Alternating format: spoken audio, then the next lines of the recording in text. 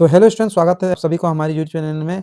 तो आज मैं क्लास 9 के बच्चों के लिए सोशल साइंस का इम्पोर्टेंट क्वेश्चन लेकर आया हूं। तो इस वीडियो में मैं 40 क्वेश्चन इंपॉर्टेंट कराने वाला हूं। तो 40 जो क्वेश्चन है, ये 40 क्वेश्चन बहुत ही इंपॉर्टेंट है, जो आपके एग्जाम में सीधे देखे जा सकते हैं। तो चलिए देर न करते हुए क्लास को शुरू करते हैं और सबसे पहला नंबर का जो क्वेश्चन है उसको पढ़ेंगे और समझने की कोशिश करेंगे। ठीक है, एक एक करके सारे क्वेश्चन को पढ़ेंगे, साथ में समझते जाएंगे। तो आप सभी वीडियो पर बने रहें। चलते देखते हैं पहला नंबर का क्वेश्चन। तो यहाँ पे पहला नंबर का क्वेश्चन लिखा है कि फ्रांसीसी क्रांति कब शुरू हुई। फ्रांसीसी क्रांति कब शुरू हुई? ऑप्शन ए 1776 में, 1799 में, 1779 में और या फिर 1804 में।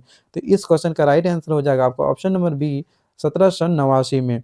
बात करें फ्रांसीसी क्रांति की, तो फ्रांसीसी क्रांति की शुरुआत 14 जुलाई कब हुआ था? 14 जुलाई 1789 में स्टार्ट हुई थी। ठीक है, तो इस क्वेश्चन का राइट आंसर हो जाएगा आपका ऑप्शन नंबर बी। चलिए आगे क्वेश्चन नंबर 2 देखते हैं। तो क्वेश्चन नंबर 2 आप सभी देख सकते हैं, यहाँ पे लिखा है कि फ्रांसीसी क्रांति में बर्जुआ शब्द का क्या अर्थ है? ऑप्शन ए कुलीनता, ऑप्शन बी पादरी, ऑप्शन सी मध्य वर्ग और ऑप्शन डी जो है वो किसान वर्ग। तो बर्जुआ का मतलब है ये मध्य वर्ग, और मध्य वर्ग जो है ये थर्ड स्टेट में आते थे। कौन सा स्टेट में आते थे? थर्ड स्टेट में आते थे, है ना। तो जिसे हम लोग तीसरे स्टेट भी कह सकते हैं। क्या कहते हैं? तीसरे स्टेट। ठीक है, तो तीसरे स्टेट के लोगों को हम लोग मध्य वर्ग कहते हैं। और इस तीसरे स्टेट में कौन कौन से लोग आते थे? जैसे आते व्यापारी लोग आते थे, व्यापारी। ठीक है, व्यापारी लोग आते थे, है ना। वकील लोग आते थे, वकील और डॉक्टर। तो ये लोग जो है आपके रिच लोग आते थे, शिक्षित लोग आते थे, और जिसे हम लोग मध्य वर्ग कहते हैं। और उसी का बर्जुआ जो है, यहाँ पे क्वेश्चन लिखा है कि फ्रांसीसी क्रांति में बर्जुआ का शब्द क्या होता है? तो इसका अर्थ होता है मध्य वर्ग, और मध्य वर्ग को ही हम लोग तीसरे स्टेट कहते हैं। और तीसरे स्टेट में क्या क्या आते हैं? व्यापारी, वकील और डॉक्टर आते हैं। तो इस क्वेश्चन का आप सभी को समझ में आ गया होगा। चलिए अगला क्वेश्चन देखते हैं। तो अगला क्वेश्चन जो आप सभी देख सकते हैं, क्वेश्चन नंबर 3 जो लिखा है, कट्टरपंथी जिकोबिनस ने किस राजनीतिक क्लब की स्थापना किया था? तो कट्टरपंथी जिकोबिनस जो थे, वो जिकोबिनस क्लब की राजनीतिक क्लब की स्थापना किए थे। ठीक है, तो चलिए अगला क्वेश्चन देखते हैं। तो हमारा नेक्स्ट क्वेश्चन है, नेपोलियन बोनापार्ट ने खुद को फ्रांस का सम्राट कब घोषित कर लिया था? ठीक है, खुद को नेपोलियन बोनापार्ट ने, है ना, सम्राट घोषित कर लिया था। वो कब किया था? 1799 में, 1815 में, कि 1804 में, कि 1821 में। तो इस क्वेश्चन का राइट आंसर आपका हो जाएगा ऑप्शन नंबर बी, 1804 में। तो नेपोलियन बोनापार्ट ने क्या किया था कि 1804 में खुद को सम्राट का क्या घोषित कर लिया था? फ्रांस का सम्राट घोषित कर लिया था। ठीक, किसने? नेपोलियन बोनापार्ट ने। चलिए आगे क्वेश्चन देखते हैं। हेलिकॉस्ट क्या लिखा, सॉरी होलोकॉस्ट। होलोकॉस्ट किससे संबंधित है? प्रथम विश्व युद्ध से, अमेरिकी क्रांति से, रूसी क्रांति से या फिर द्वितीय विश्व युद्ध से? तो इस क्वेश्चन का राइट आंसर आपका हो जाएगा ऑप्शन नंबर डी, द्वितीय विश्व युद्ध से। तो होलोकॉस्ट किससे संबंधित है? तो द्वितीय विश्व युद्ध से संबंधित है। चलिए आगे क्वेश्चन देखते हैं। भारत की सबसे बड़ी नदी कौन सी है? गंगा नदी, गोदावरी नदी, ब्रह्मपुत्र नदी या फिर कृष्णा नदी? तो इस क्वेश्चन का राइट आंसर हो जाएगा आपका ऑप्शन नंबर ए, गंगा नदी। इस क्वेश्चन का आंसर तो आप सभी को पता ही होगा। और बच्चों आप सभी तो जानते ही होंगे कि इसकी जो लंबाई है वो कितनी है? 2525 किलोमीटर। 2525 किलोमीटर गंगा नदी की कुल लंबाई है। ठीक है, चलिए आगे क्वेश्चन देखते हैं। यहाँ पे क्वेश्चन नंबर 7 देख सकते हैं कि भारत में अक्षांशीय सीमा कितनी है? तो इसका राइट आंसर हो जाएगा option number A, 8 degree 4 minute north से लेकर 37 डिग्री 6 मिनट नॉर्थ तक। ठीक है, तो भारत की अक्षांशीय सीमा कितनी है? तो 8 डिग्री 4 मिनट से 4 मिनट नॉर्थ से 37 डिग्री 6 मिनट नॉर्थ तक। चलिए आगे क्वेश्चन देखते हैं। सबसे भारत की सबसे उत्तरी पर्वत श्रृंखला कौन सी है? तो इसका राइट आंसर जो हो जाएगा आपका ऑप्शन नंबर सी, हिमालय। बच्चों तो आप सभी को पता होगा कि दुनिया का सबसे ऊंची पर्वत श्रृंखला भी क्या है? हिमालय है। ठीक है, चलिए आगे क्वेश्चन देखते हैं। क्वेश्चन नंबर 9 में आ जाते हैं। यहाँ पे आप सभी देख सकते हैं, कपास उगाने के लिए कौन सी मिट्टी उपयुक्त होती है? ऑप्शन ए आप सभी देख सकते हैं, कपास के लिए जलोढ़ मिट्टी उपयोग है, कि काली मिट्टी, कि लाल मिट्टी या फिर लेटेराइट मिट्टी? तो इस क्वेश्चन का राइट आंसर हो जाएगा आपका काली मिट्टी। तो काली मिट्टी जो होती है वो कपास उगाने के लिए सबसे उपयुक्त मानी जाती है। आगे देख सकते हैं क्वेश्चन नंबर 10 आ चुके हैं। तो क्वेश्चन नंबर 10 हम लोग पढ़ेंगे कि किस नदी को दक्षिणी गंगा के नाम से जाना जाता है? ऑप्शन ए आप सभी देख सकते हैं यहाँ पे लिखा है कृष्णा नदी, ऑप्शन बी है गोदावरी नदी, ऑप्शन सी कावेरी नदी और ऑप्शन डी जो है महानदी। तो इस क्वेश्चन का राइट आंसर हो जाएगा गोदावरी नदी। गोदावरी नदी को हम लोग क्या कहते हैं? दक्षिणी गंगा के नाम से जाना जाता है। ठीक है? बात करें इसकी तो यह गोदावरी नदी जो है दक्षिण गंगा या वृद्ध गंगा भी इसको कहते हैं। क्या कहते हैं? दक्षिणी गंगा भी कहते हैं और वृद्ध क्या कहते हैं? वृद्ध गंगा भी इसको कहा जाता है। ठीक है? तो चलिए आगे क्वेश्चन नंबर 10 हो चुका है। अब 11 में देखते हैं। यहाँ पे देख सकते हैं लिखा है लोकतंत्र की मुख्य विशेषता क्या है? एक व्यक्ति द्वारा शासन, लोगों द्वारा शासन, सेना द्वारा शासन या धार्मिक नेताओं द्वारा शासन। तो इस क्वेश्चन का राइट आंसर आपका हो जाएगा लोगों द्वारा शासन। लोकतंत्र का मुख्य विशेषता यही होता है कि लोगों द्वारा क्या होना चाहिए? शासन हो जाना चाहिए। यानी लोकतंत्र में जनता अपने प्रतिनिधियों को क्या करती है? स्वयं चुनती है। इसीलिए लोकतंत्र का मुख्य विशेषता लोगों द्वारा शासन हो जाएगा। तो इस क्वेश्चन का राइट आंसर हो जाएगा आपका ऑप्शन नंबर सी, लोगों द्वारा शासन। तो चलिए आगे देखते हैं। क्वेश्चन नंबर 12 में आ चुके हैं। तो क्वेश्चन नंबर 12 में लिखा है कि ऐसी प्रणाली के लिए क्या शब्द इस्तेमाल किया जाता है जहां लोग अपने प्रतिनिधियों का चुनाव करते हैं? क्या उसे हम लोग निरंकुशता कहते हैं, राजशाही कहते हैं, लोकतंत्र कहते हैं या कुलीन तंत्र कहते हैं? तो आप सभी को पता होगा कि इस क्वेश्चन का राइट आंसर जो होगा आपका ऑप्शन नंबर बी हो जाएगा। ठीक है? तो यहाँ पे लिखा है ऐसी प्रणाली के लिए क्या शब्द इस्तेमाल किया जाता है जहाँ लोग अपने प्रतिनिधि को चुनते हैं। तो अपने प्रतिनिधि को लोग जहाँ चुनते हैं उसे हम लोग लोकतंत्र कहते हैं। क्या कहते हैं? लोकतंत्र। जैसा कि आप सभी जानते हैं कि अब्राहम लिंकन ने कहा था कि जनता के लिए और जनता द्वारा शासन ही हम लोग उसी को ही हम लोग लोकतंत्र कहते हैं। है ना? तो इस क्वेश्चन का राइट आंसर हो जाएगा आपका option number B. Question number 13 में आते हैं। तो क्वेश्चन नंबर 13 बच्चों देख सकते हैं यहाँ पे लिखा है कि कौन सा देश प्रत्यक्ष लोकतंत्र का उदाहरण है? Option A USA, option B Bharat, option C B जो लिखा है वो चीन और ऑप्शन डी लिखा है स्विट्जरलैंड। तो इस क्वेश्चन का राइट आंसर हो जाएगा आपका ऑप्शन नंबर डी, स्विट्जरलैंड। ठीक है? तो स्विट्जरलैंड एक ऐसा देश है जहाँ प्रत्यक्ष लोकतंत्र होता है, प्रत्यक्ष लोकतंत्र। ठीक है? क्वेश्चन नंबर 14 आ चुके हैं। क्वेश्चन नंबर 14 में लिखा है भारतीय संविधान कब अपनाया गया था? ऑप्शन ए 26 जनवरी 1947 को, 26 जनवरी 1950 को या फिर ऑप्शन सी 15 अगस्त 1947 को या फिर लास्ट ऑप्शन जो आपका दिया है 26 नवंबर 1949 को। ठीक है? तो इस क्वेश्चन का राइट आंसर आपका हो जाएगा ऑप्शन नंबर डी, 26 जनवरी 1949 को। तो बच्चों 26 जनवरी 1949 को जो है भारतीय संविधान को अपनाया तो गया था लेकिन लागू जो है 26 जनवरी कब? 26 जनवरी 1950 को लागू किया गया था। ठीक है? चलिए आगे देखते हैं। क्वेश्चन नंबर 15 हो चुका है, 15 में आते हैं। यहाँ पे 15 नंबर लिखा है कि भारतीय संविधान का निर्माता किसे कहा जाता है? तो इस क्वेश्चन का राइट आंसर हो जाएगा भीमराव अम्बेडकर। तो बच्चों भीमराव अम्बेडकर को भारतीय संविधान का निर्माता कहा जाता है। चलिए आगे देखते हैं। क्वेश्चन नंबर 16 में आते हैं। तो यहाँ पे क्वेश्चन नंबर 16 आप सभी देख सकते हैं कि ग्रामीण भारत में मुख्य व्यवसाय क्या है ना? ऑप्शन ए उद्योग, कृषि, सेवाएं या फिर खनन। तो आप सभी को इस क्वेश्चन का राइट आंसर पता होगा कि कृषि एक ऐसा चीज है जो ग्रामीण भारत के मुख्य व्यवसाय में आता है। ठीक है? तो जैसा कि आप सभी जानते हैं कि भारत की ग्रामीण आबादी एक बड़ा हिस्सा जो है अपनी आजीविका के लिए क्या करते हैं? खेती बाड़ी करते हैं। इसीलिए ग्रामीण भारत में मुख्य व्यवसाय जो है वो आपका कृषि हो जाएगा। ठीक है? चलिए क्वेश्चन नंबर 16 हो चुका है। क्वेश्चन नंबर 17 में आते हैं।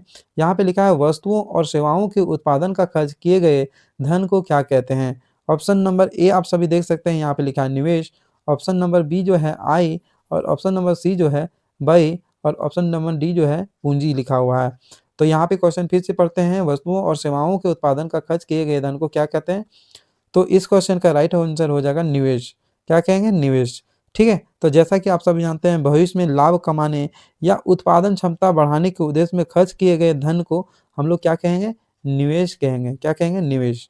चलिए आगे देखते हैं। क्वेश्चन नंबर 18 में तो क्वेश्चन नंबर 18 देख सकते हैं, किस क्षेत्र को प्राथमिक क्षेत्र के रूप में जाना जाता है? विनिर्माण, सेवाएं, कृषि या फिर निर्माण? तो इस क्वेश्चन का राइट आंसर आपका हो जाएगा ऑप्शन नंबर बी, कृषि। तो कृषि को, है ना, कृषि जो क्षेत्र होता है प्राथमिक क्षेत्र के रूप में जाना जाता है। ठीक है, चलिए क्वेश्चन नंबर 17 में 19 में आ चुके हैं। यहाँ पे जनगणना 2011 के अनुसार भारत का साक्षरता दर क्या था? 74.04% था, या फिर 84.12% था, 65.38% था, या फिर ऑप्शन नंबर डी जो है 72.36% था। तो इस क्वेश्चन का राइट आंसर आपका हो जाएगा ऑप्शन नंबर ए, 74.04%। तो बच्चों 2011 की जनगणना के अनुसार भारत की जो साक्षरता दर थी वो 74.04% थी। ठीक है, चलिए आगे देखते हैं क्वेश्चन नंबर 20। तो क्वेश्चन नंबर 20 में लिखा है कि भारत में बेरोजगारी पर डेटा कौन सा संगठन एकत्र करता है? एनएसएसओ, सेबी, आरबीआई या फिर सीएसओ? तो इस क्वेश्चन का राइट आंसर हो जाएगा आपका ऑप्शन नंबर ए, एनएसएसओ। ठीक है, बात करें एनएसएसओ का, तो एन से क्या होता है आपका? नेशनल होता है। क्या होता है? नेशनल, नेशनल, है ना, नेशनल होता है। वहीं पे बात करें एस का, तो एस का मतलब होता है सैंपल। क्या होता है? सैंपल। ठीक है, और वहीं पे फिर और एक जो लिखा है उसको बोलते हैं सर्वे। क्या बोलते हैं? सर्वे। और डी का ओ से होता है ऑफिस। क्या होता है? ऑफिस। ठीक है, तो एनएसएस का ये क्या हो गया? फुल फॉर्म हो गया। एन से हो गया नेशनल, एस से क्या हो गया? सैंपल, और एस से क्या हुआ? सर्वे, और ओ से हो गया आपका ऑफिस। ठीक है, तो एनएसएसओ जो होता है भारत में बेरोजगारी डेटा को संगठन, ये एक ऐसा संगठन है जो भारतीय बेरोजगारी के डेटा को क्या करता है? एकत्र करता है। तो इस क्वेश्चन का राइट आंसर हो जाएगा आपका ऑप्शन नंबर ए, एनएसएसओ। ठीक है, चलिए क्वेश्चन नंबर 21 में देखते हैं। तो यहाँ पे 21 नंबर देख सकते हैं, लिखा है कि कर्क रेखा कितने भारतीय राज्यों से होकर गुजरती है? ऑप्शन नंबर ए 8 राज्यों से, ऑप्शन नंबर बी 9 राज्यों से, ऑप्शन नंबर सी आप देख सकते हैं यहाँ पे लिखा है 10 राज्यों से, और ऑप्शन नंबर डी जो है 11 राज्यों से। तो बच्चों आप सभी को इस क्वेश्चन का आंसर तो पता ही होगा, तो आप इस क्वेश्चन का राइट आंसर क्या हो जाएगा? ऑप्शन नंबर ए, 8, है ना। तो कर्क रेखा से भारतीय राज्य कितने गुजरते हैं? तो भारत के 8 राज्य ऐसे हैं जो कर्क रेखा से गुजरते हैं। तो आप सभी को पता होगा, तो इसका जो राइट आंसर हो जाएगा गुजरात हो जाएगा। क्या होगा? पहला नंबर का जो राज्य होगा वो गुजरात होगा। ठीक है, गुजरात हो गया। दूसरा नंबर का आप सभी देख सकते हैं राजस्थान हो जाएगा। ठीक है, राजस्थान, राजस्थान। ठीक है, तीसरा नंबर में मध्य प्रदेश, मध्य प्रदेश हो जाएगा।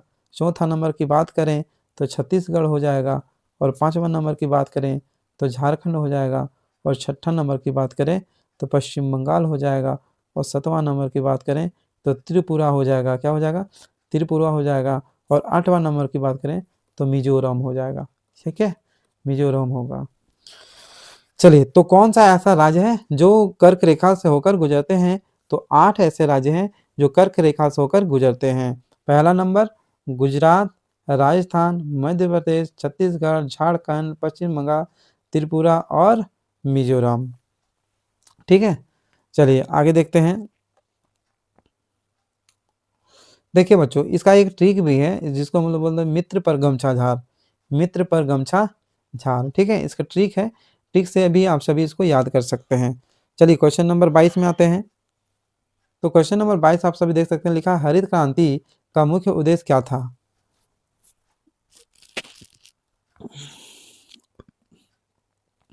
ऑप्शन नंबर ए आप सभी देख सकते हैं, औद्योगिक उत्पादन का बढ़ाना, सेवा क्षेत्र का उत्पादन बढ़ाना, प्रदूषण कम करना, या फिर कृषि उत्पादन बढ़ाना। ठीक है, तो इस क्वेश्चन का राइट आंसर हो जाएगा कृषि उत्पादन को बढ़ाना। ठीक है, हरित क्रांति का मुख्य उद्देश्य क्या रहता है? कृषि उत्पादन को बढ़ाना। इसी को हम लोग क्या कहते हैं? कृषि हरित क्रांति कहते हैं, और यह उसका क्या होता है? मुख्य उद्देश्य होता है। चलिए आगे देखते हैं।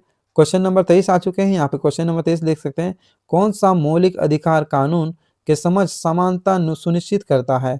स्वतंत्रता का अधिकार, है ना। ऑप्शन बी निम्न लिखा है समानता का अधिकार, ऑप्शन नंबर सी धर्म का अधिकार, और ऑप्शन नंबर डी जो लिखा है शिक्षा का अधिकार। तो इस क्वेश्चन का राइट आंसर हो जाएगा आपका ऑप्शन नंबर बी, समानता का अधिकार। तो बच्चों आप सभी को पता है, यहाँ पे क्वेश्चन जैसा कि लिखा है कि मौलिक अधिकार कानून के समझ समानता सुनिश्चित करता है। तो समानता सुनिश्चित कौन करता है, कौन सा अधिकार है, वो समानता का अधिकार जो है समानता सुनिश्चित करता है, ये आपका मौलिक अधिकार में दिया गया है।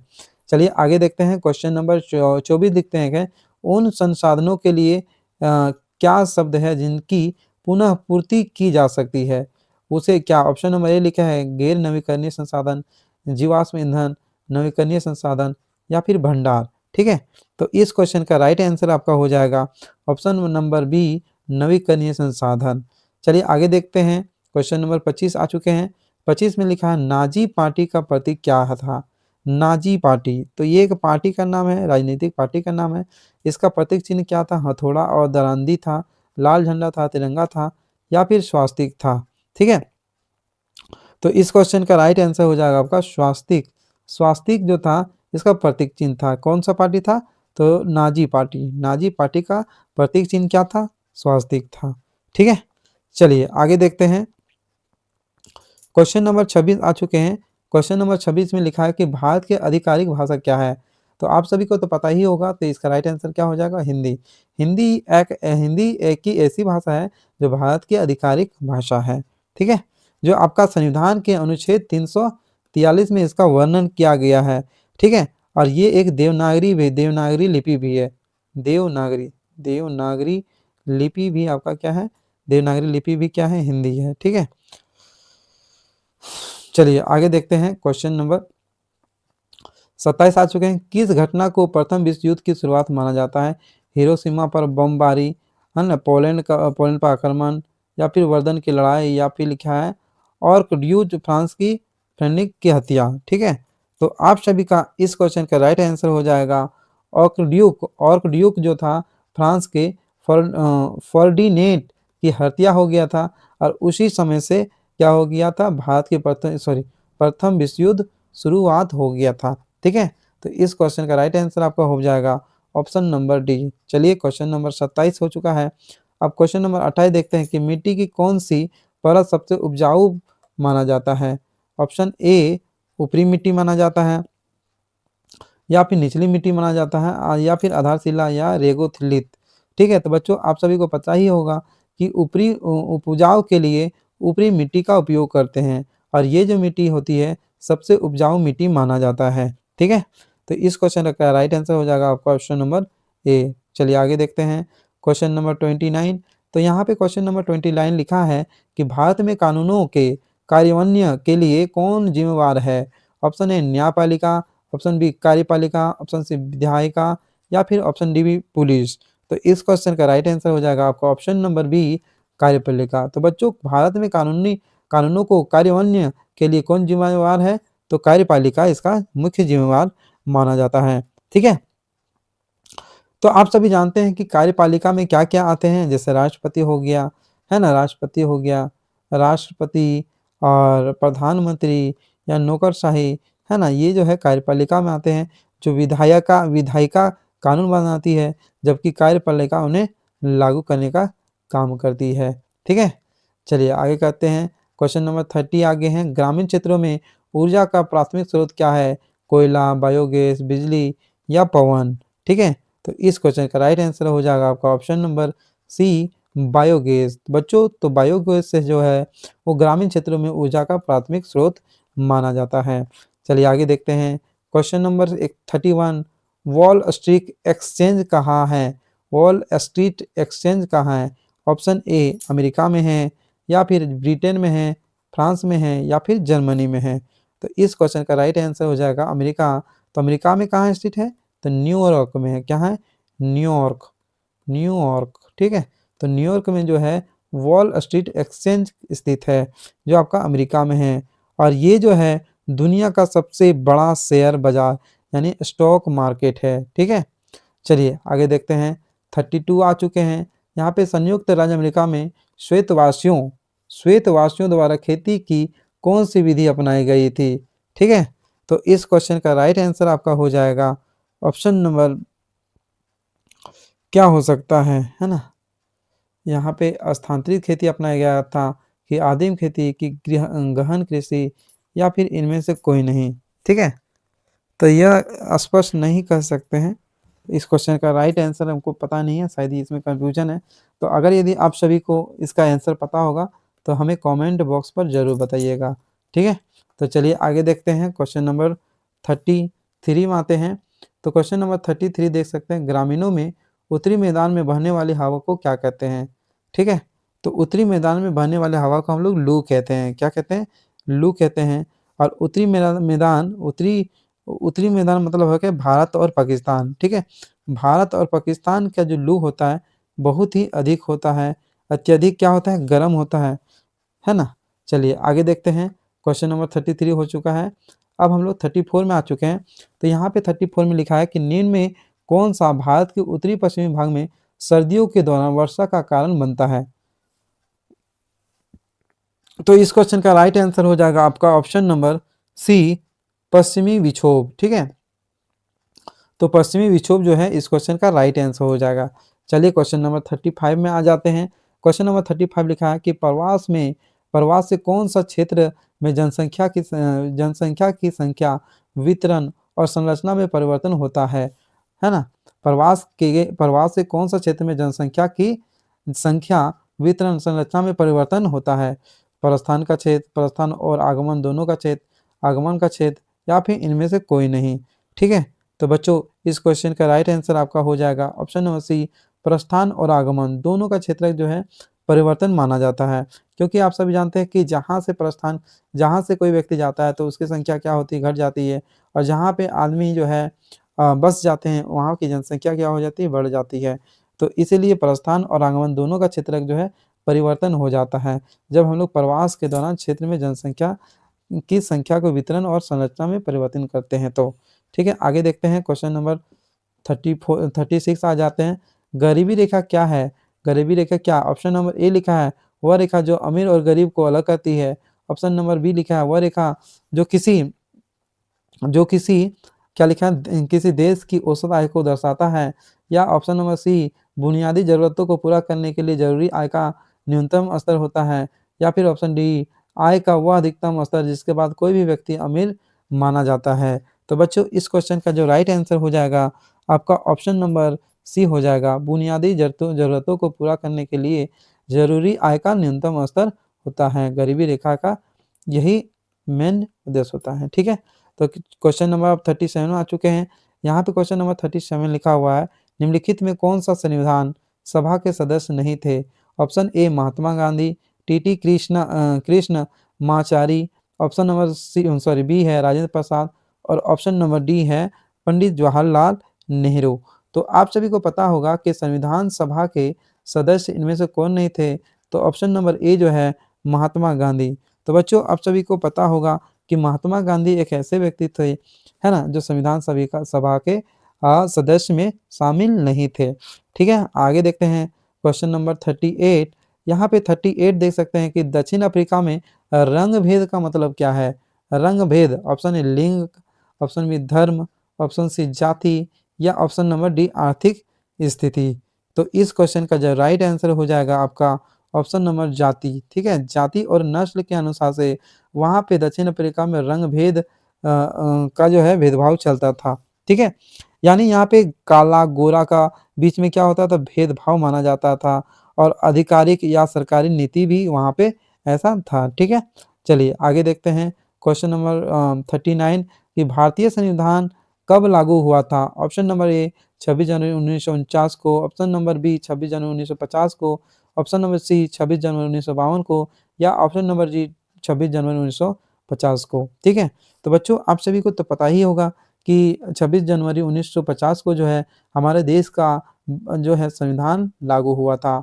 तो इस क्वेश्चन का राइट आंसर हो जाएगा आपका ऑप्शन नंबर बी। और उसी दिन से हमारा देश जो था वो पूर्ण गणराज्य बन गया। और तब से हम लोग क्या करने लगे, गणतंत्र दिवस के रूप में 26 जनवरी को मनाने लगे, ठीक है। तो आगे देख सकते हैं, भारतीय राष्ट्रीय कांग्रेस 1931 का अधिवेशन कहाँ आयोजित किया गया था। नागपुर में, दिल्ली में, कलकत्ता में, या फिर कराची में। तो इस क्वेश्चन का राइट आंसर हो जाएगा आपका ऑप्शन नंबर डी, कराची में। तो भारतीय राष्ट्रीय कांग्रेस 1931 का अधिवेशन कहाँ आयोजित किया गया था, तो कराची में जो है आयोजित किया गया था। तो बच्चों ये था आप सभी का अंतिम और लास्ट क्वेश्चन।